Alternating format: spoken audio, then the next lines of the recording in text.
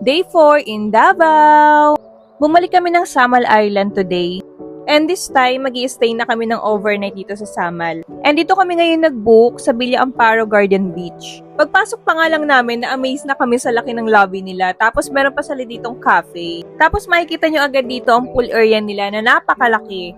Tapos nakakatuwa pa dito dahil meron silang shuttle service. Ihahatid nila kayo kung saan room kayo nakabook. Sobrang lawak ng resort nila. Kaya buti na lang talaga meron silang service na ganito dahil sobrang bigat ng dala namin. Sobrang accommodate nila sa mga guests nila. Kita nyo naman si kuya, pinasa na niya ang maletang sobrang bigat na dala namin.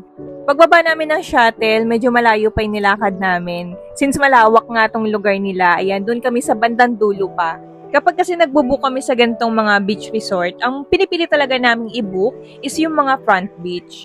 Tapos, dyan na rin yung kanilang restaurant. Actually, malapit na lang siya sa room na binook namin.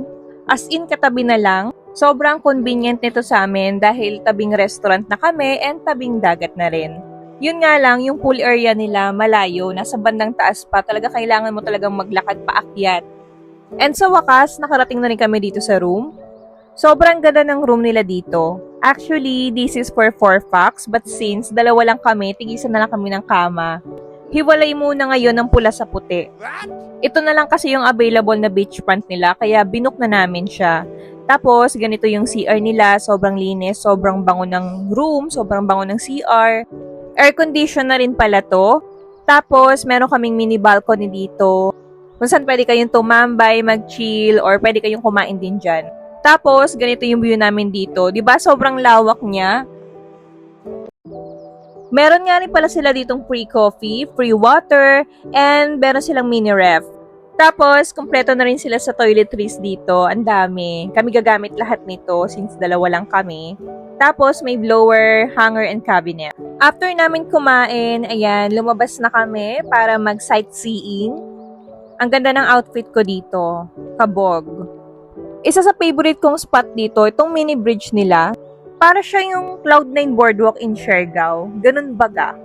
Sobrang lawak dito. Ang dami niyong pwedeng pagpicturan kung mahilig kayo talagang umaura. Tapos, siguro ito, mga bandang alas 3 na to. Umulan na. Sobrang lakas ng ulan, B.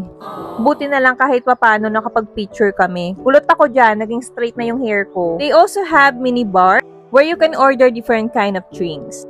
And after a while, tumila din naman ng ulan. Siguro mga bandang 5 PM na to. Syempre di tayo papatigil. Ayan. Nag-swimsuit na nga ako. Aura ulit, aura dito. Pero syempre naligo din ako dyan. Nauna lang talaga yung mga picture-picture. Syempre maganda yung view. Ang ganda rin ng ambience ng beach nila dito. Ang pino ng buhangin, tapos ang linis ng water, ang daming fish and starfish. Nakakatuwa. Tapos ng mga bandang gabi, day, sobrang high tide dahil sumobra nga ang lakas ng ulan.